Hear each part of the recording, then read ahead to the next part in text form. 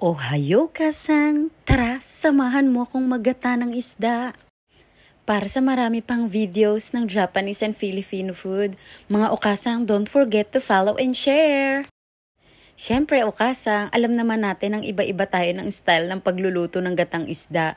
Si-share ko lang ukasang itong isda na to ang niluluto ko, sobrang malinamnam kasi talaga niya. So ayan, naglagay na ako ng luya, sinundan ko na ng sibuyas. At maglalagay na rin tayo ng pamintang durog, ground pepper. So, syempre, ang pinakamahalaga, kailangan muna natin silang paksiwin. So, naglagay na ako ng suka. Kailangan ko nga palang paksiwin muna yan bago ko maglagay ng gata. So, ayan, binuksan ko ng aking kalan. Maglalagay na ako ng pampaalat din yan. Naglagay ako ng patis.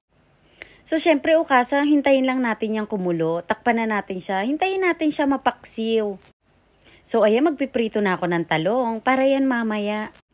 Naku, ukasa, napakadali ng gatang isda na to at napakasarap niya talaga. So ayan, since malambot na siya at napaksiw na, naglagay lang ako ng konting mantika.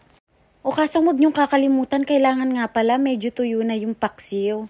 Yung konti na lang ba yung sabaw niya? So ayan, lalagyan ko na siya ng coconut milk or ang ating gata.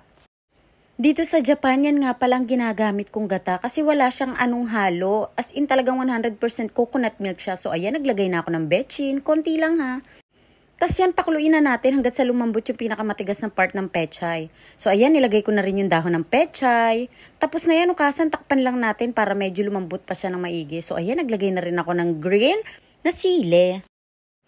So, ayan, ukasan, sobrang sarap niyan. Pakuluin lang natin. And then, ready to serve na yan. So, ano pa ba? Itadakimasu!